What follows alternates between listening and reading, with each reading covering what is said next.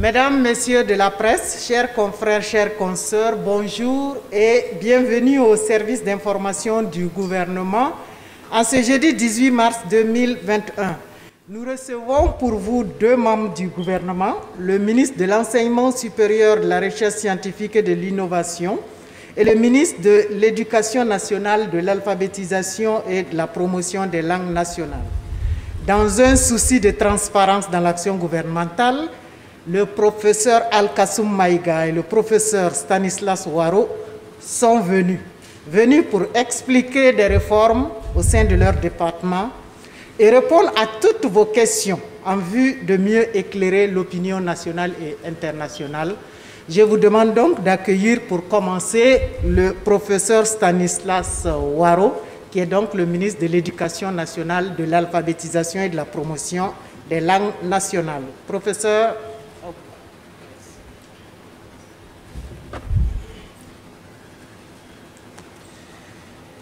Mesdames et messieurs de la presse, distingués invités, mesdames et messieurs, avant tout propos, je voudrais vous adresser à mon nom propre et au nom du ministre en charge de l'enseignement supérieur mes salutations les plus cordiales et ma reconnaissance renouvelée pour votre constante disponibilité à échanger avec les membres du gouvernement. La présente déclaration liminaire donc, va essentiellement s'articuler autour de deux grands points, à savoir l'organisation des examens et concours allant du certificat d'études primaires en passant par le certificat d'aptitude professionnelle, le brevet d'études professionnelles et le BEPC, brevet d'études du premier cycle d'une part, et d'autre part le transfert de l'organisation du baccalauréat au ministère en charge de l'enseignement secondaire. Pour ce qui est de l'organisation des examens et concours du CEP, du CAP, du BEP et du BEPC, il faut dire qu'avant 2016, les différents niveaux d'enseignement que sont le primaire et le post-primaire, le secondaire, l'enseignement et la formation technique et professionnelle relevaient des compétences de plusieurs ministères. Et cela n'a pas toujours permis la cohérence des textes réglementaires qui encadraient donc les différents examens et concours scolaires, puisque chaque structure donc avait ses textes. Les réformes organisationnelles que le ministère de l'Éducation nationale, de l'alphabétisation et de la promotion des langues nationales a connues, donc la création de directions provinciales, des enseignements post-primaires et secondaires, la réforme des circonscriptions d'éducation de base, etc., imposait la relecture des textes réglementaires des examens et concours scolaires, ainsi que la fusion donc justement du secondaire au post-primaire, du secondaire et du post-primaire donc à l'éducation de base, donc ancienne, parce que l'éducation de base au sens de la loi d'orientation, donc c'est l'obligation scolaire, donc c'est le primaire et le post-primaire. Alors, pour ce qui est de la relecture de ces différents textes, dont un certain nombre de décrets ont été adoptés, il s'agit d'abord d'un décret qui porte organisation de l'examen du CEP. Et à ce niveau, en fait, l'innovation majeure porte donc simplement sur le fait que tous les présidents du jury, à la fin de la session du certificat d'études primaires, sont tenus de remettre donc au chef de circonscription d'éducation de base tous les documents afférents à l'examen. Parce qu'avant, donc, le CCEB était le président du jury et le coordinateur de tout. Et maintenant, dans le cadre de la réforme des CEB, il y a eu des regroupements de façon à ce qu'il y aura plusieurs présidents de jury. Et nous avons besoin pour la continuité des documents. Et c'est le chef de circonscription d'éducation de base qui est éventuellement un président du jury qui reçoit donc les différents documents donc, des autres présidents de jury de sa circonscription éducative. On a ajouté aussi, comme dans l'ensemble des décrets, donc, une disposition supplémentaire sur le cas des fraudes. C'est-à-dire on regarde toute autre situation qui s'emparaîtra à des fraudes sera examinée pour tenir compte de l'évolution aussi de notre société et de l'évolution des technologies de l'information et de la communication, parce qu'on ne peut pas citer exhaustivement l'ensemble des fraudes. Alors, pour l'examen donc, du BPC, donc, il y a 3 innovations fondamentales. Donc, au lieu que le BPC soit organisé désormais par les directions régionales des enseignements post-primaires et secondaires, elles vont organiser les examens de l'enseignement et de la formation technique professionnelle, c'est-à-dire les CAP et les BEP. Et maintenant, les directions provinciales qui ont été créées organiseront les examens du BPC. Et au niveau de l'EPS, donc avant on parlait de jury, ça posait des problèmes parce que normalement, ce n'est pas des jurys. Parce qu'ils évaluent les élèves et ils transmettent les notes d'EPS, donc de l'évaluation des élèves au jury concerné. Donc il y a un jury du BPC qui prend en compte ces notes Et c'est pour cela que nous avons transformé ce que nous appelons avant des jurys par des commissions DPS qui sont chargées d'évaluer les élèves et de transmettre les notes au jury d'examen du BEPC en fonction donc de la liste des candidats. Et enfin, la dispense aux épreuves physiques et sportives est désormais donc accordée par décision du directeur provincial sur demande formulée donc par le candidat à laquelle est joint le certificat médical délivré par des services compétents. Alors, il y a la suppression des 2 sujets au choix pour ce qui est de l'histoire géo et de la discipline sciences de la vie et de la terre. Donc ça, c'est par un arrêté qui a déjà été pris depuis l'année dernière. Alors, il faut dire que, il faut expliquer ce qui a motivé cela. Alors, il y a donc plusieurs motivations. Il y a les motivations d'ordre pédagogique.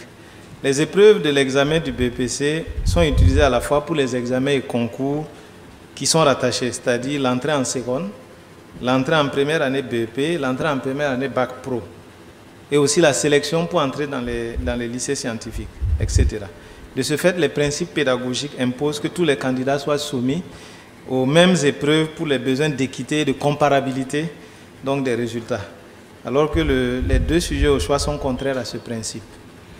Alors les raisons qui ont prévalu aussi à l'instauration des sujets au temps en son temps étaient en rapport avec l'étendue des programmes de certaines matières et qui faisaient que il se pourrait que des candidats n'aient pas vu tout le programme au regard de l'étendue, et pour donner la chance à des candidats qui n'aient pas vu tout le programme de pouvoir au moins choisir un sujet qui apporte ce qu'ils ont vu, cela a été élaboré.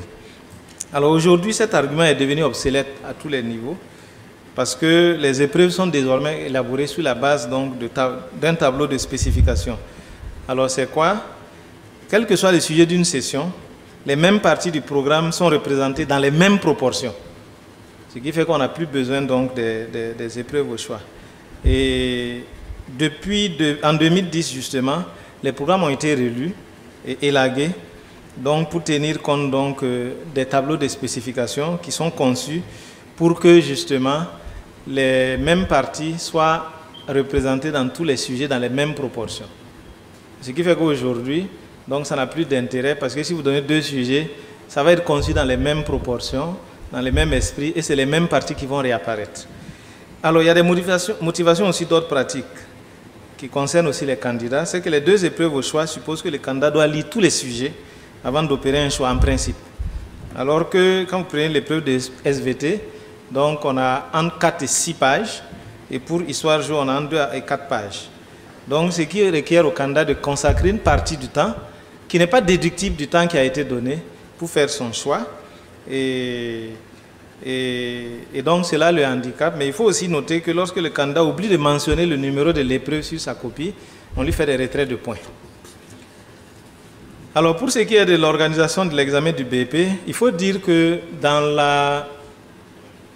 la volonté du gouvernement d'orienter plus d'élèves vers l'enseignement et la formation technique et professionnelle, et tenant compte de nos ressources qui sont limitées, nous avons décidé de créer ce que nous appelons des lycées polyvalents. C'est quoi les lycées polyvalents? C'est des lycées qui accueillent en même temps des élèves de l'enseignement général et de l'enseignement et la formation technique et professionnelle. Ça va être construit, mais en attendant, nous avons choisi des établissements en tenant compte justement des possibilités que des élèves puissent faire la pratique dans la localité pour pouvoir mettre dans ces établissements-là donc des filières d'enseignement et de formation technique et professionnelle. Si vous prenez par exemple Zignaré, vous avez le centre de référence de Zignaré où il y a un certain nombre de matériels qui permettent donc à des élèves de pratiquer certaines disciplines, de faire la pratique. Et donc au regard de cela, nous avons mis dans certains établissements de Zignaré donc des filières d'enseignement technique et professionnel. C'était des lycées d'enseignement général. Et ces élèves-là, nous avons signé une convention avec le centre de référence pour lequel nous payons un certain montant et les élèves vont faire la pratique là-bas. Aujourd'hui, nous avons plus de 1000 élèves dans ces lycées dits polyvalents et on les prend à partir de la seconde. On appelle seconde C'. Il faut une première D'. Et à la fin de la première D', ils doivent passer le BEP. Et ça, ce n'était pas codifié. Et donc, justement, le projet de décret là, permet de codifier cela et leur permettre de passer le BEP de façon réglementaire. Alors, nous permettons aussi à des candidats libres qui justifient d'un niveau de type première D' de pouvoir aussi déposer leur dossier et y prendre part. Et puis à la question du remplacement des jurys d'examen de l'EPS par des commissions d'examen. Alors il y a aussi le projet de décret portant organisation du CAP.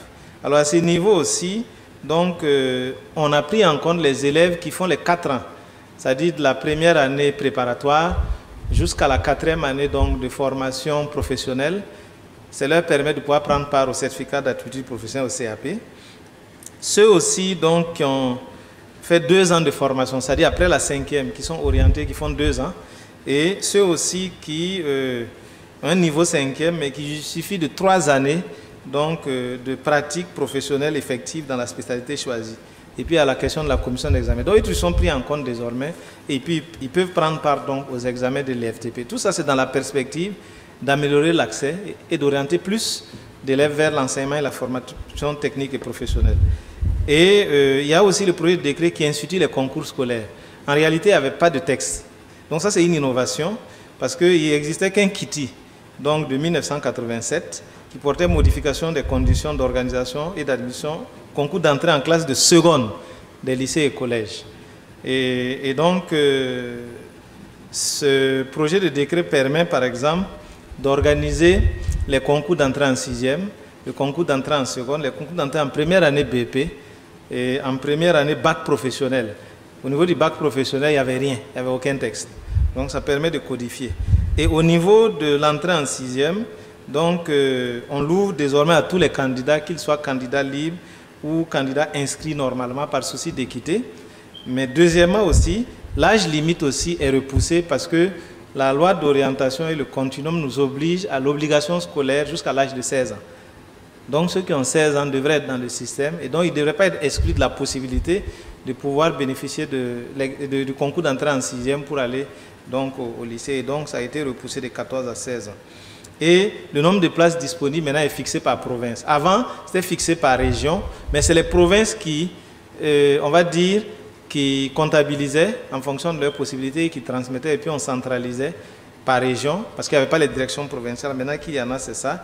Et du coup, c'est le haut-commissaire donc, qui signe la décision d'admission au concours d'entrée en 6e, au lieu du gouverneur. Et la question des fraudes aussi, comme j'avais dit tantôt. Voilà. Et le secrétariat du concours d'entrée en 6e est désormais provincial.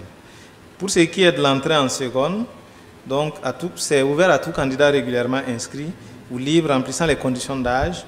Le nombre de places disponibles en seconde est fixé par province maintenant, selon par un arrêté ministériel. Et le secrétariat du concours d'entrée en classe de seconde aussi est provincial désormais. Et la décision d'admission est signée par le haut-commissaire. Pour les fraudes aussi, c'est la même chose. Alors maintenant, pour ce qui est de la deuxième grande partie, c'est de l'organisation de l'examen du baccalauréat. Alors il faut dire qu'au Burkina Faso, le ministère en charge de l'éducation organise les examens que j'ai cités plus haut, que je ne vais pas répéter, et les concours scolaires aussi, que j'ai présentés.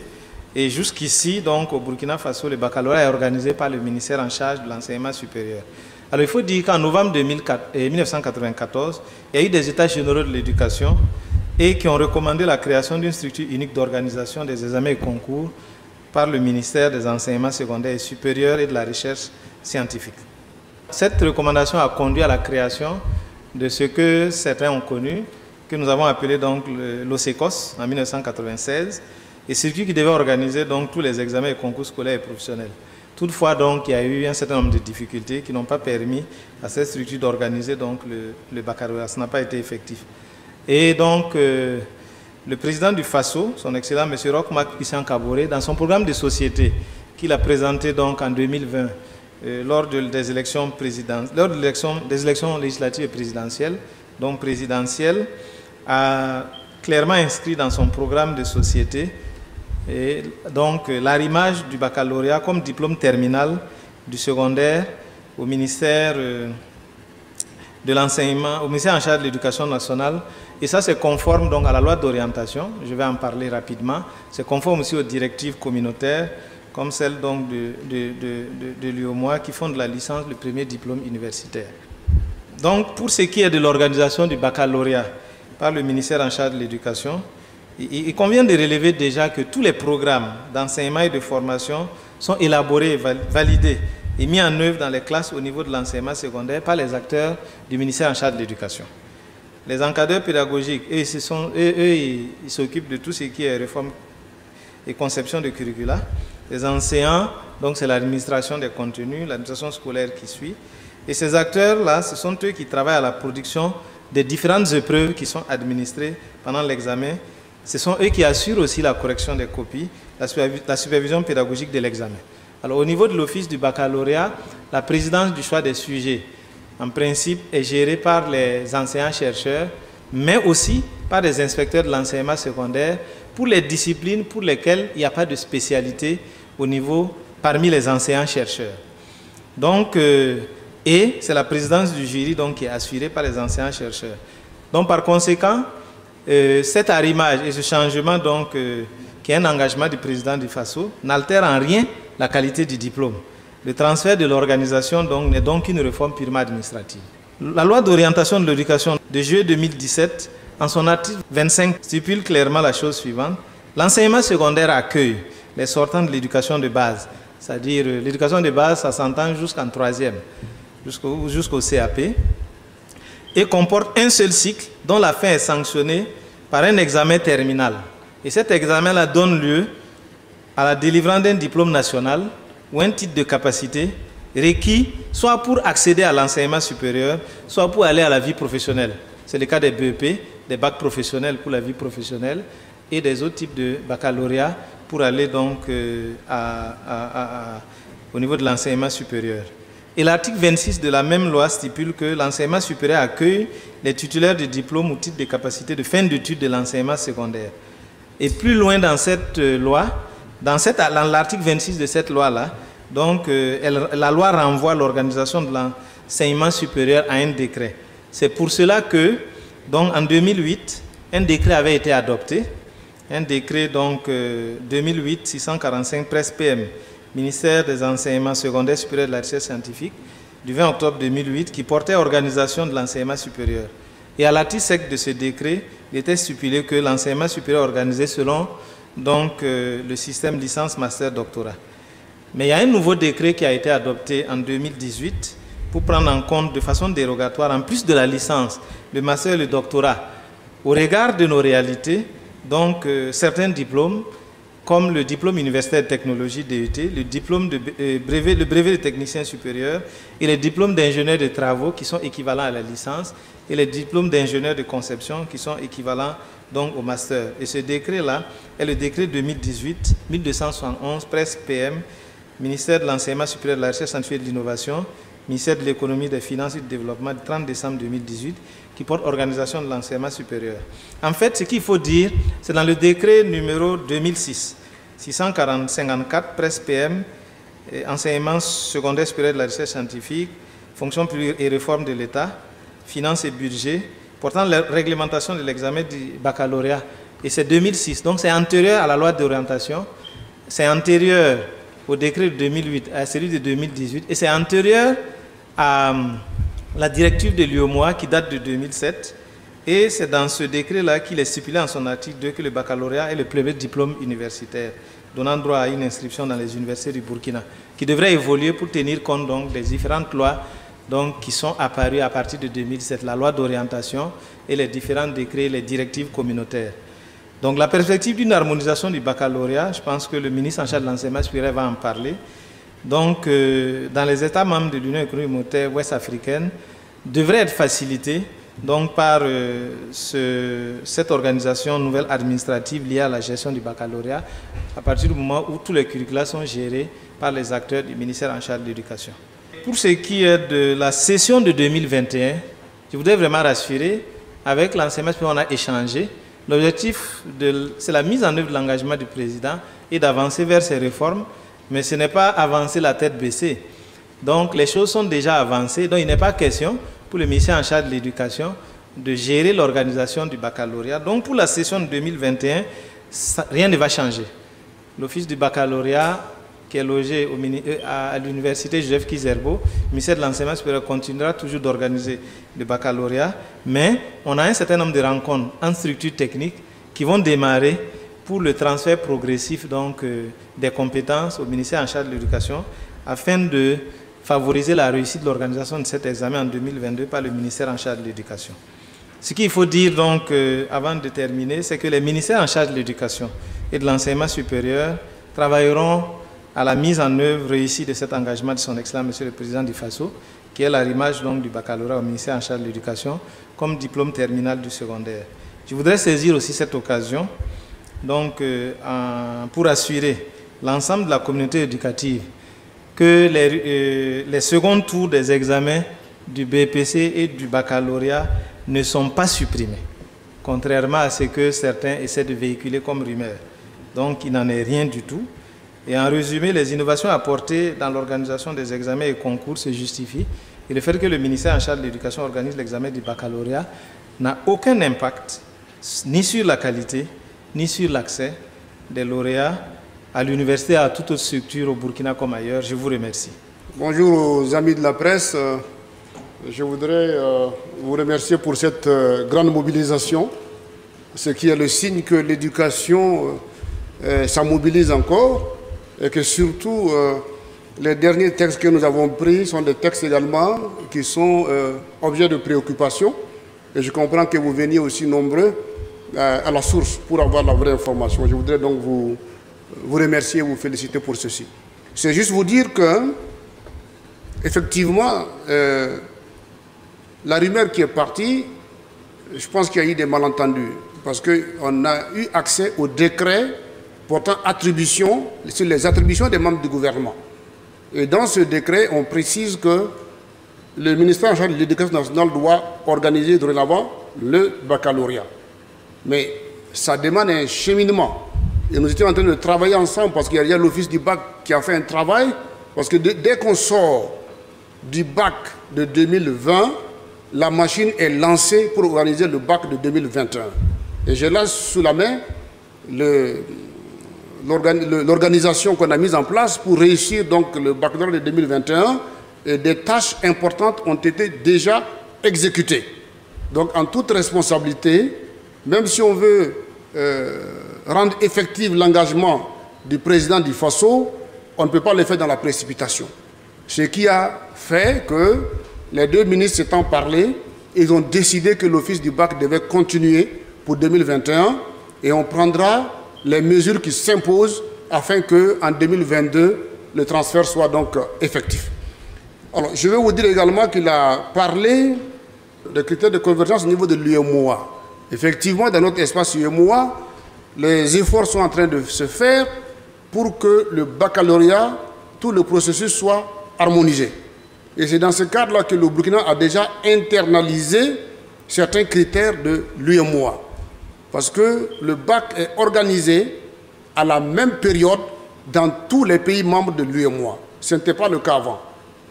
L'année passée, à cause donc de la Covid-19, nous avions dû écrire à l'UEMOA pour demander une dérogation afin qu'on nous permette de décaler la période du baccalauréat. Et l'UEMOA a écrit pour nous autoriser à avoir une dérogation par rapport donc à la période donc de l'examen du baccalauréat. Pour vous dire que nous sommes dans un espace, et dans cet espace-là également, il y a des critères remplis. Ils sont au nombre de 6, ces critères-là. C'est d'abord qu'il faut harmoniser les curricula du bac. Donc, au niveau de tous les pays membres de l'UEMOA, on doit avoir les mêmes curricula. Il faut harmoniser les épreuves et l'élaboration des épreuves au niveau du baccalauréat. Ça, c'est un critère également à respecter. Il faut harmoniser les procédures de correction. C'est-à-dire que le Burkina ne peut pas décider, comme on est dans l'UEMOA, d'avoir sa feuille de route de correction. C'est celle de l'UEMOA qui s'impose à tous les pays membres donc, de l'UEMOA. Il faut harmoniser les dispositifs de rattrapage et de repêchage. Donc si un élève qui a fait le bac n'a pas les 10 pour être déclaré admis, du coup, ou bien la moyenne qu'il faut pour aller au second tour, ces conditions doivent être fixées dans le cadre de l'UEMOA. À quelle moyenne on peut rattraper, racheter, et à quel moyen on peut permettre à un élève d'aller au second tour. Il faut harmoniser les séries et les filières. Ce qui veut dire qu'on va s'attendre à ce que certaines filières disparaissent et qu'il y ait des créations de nouvelles filières parce que nous sommes dans un espace où tout va être harmonisé. Enfin, il faut harmoniser le cadre de prise de décision. Aujourd'hui, au niveau du Burkina Faso, c'est l'enseignement supérieur Mais dans certains pays, comme il l'a rappelé, en Côte d'Ivoire, au Mali, au Bénin, c'est l'éducation nationale. Donc, les centres de prise de décision doivent être également harmonisés. Donc, il faut effectivement que le Burkina prenne les dispositions pour aller vers cette harmonisation. Donc, je pense que pour une fois, on aurait dû quand même féliciter le gouvernement pour avoir eu de la célérité dans l'effectivité des engagements du président du Faso, parce que comme il a rappelé, son Excellence Roch-Marc Christian Kaboré, dans son programme, le programme qui a servi à battre campagne, c'est écrit là-dedans que le bac va être transféré et être arrimé à l'éducation nationale. Et c'est la mission que nous avons les deux, c'est ce qu'on est en train de faire pour qu'effectivement cet engagement soit respecté. Je vous remercie.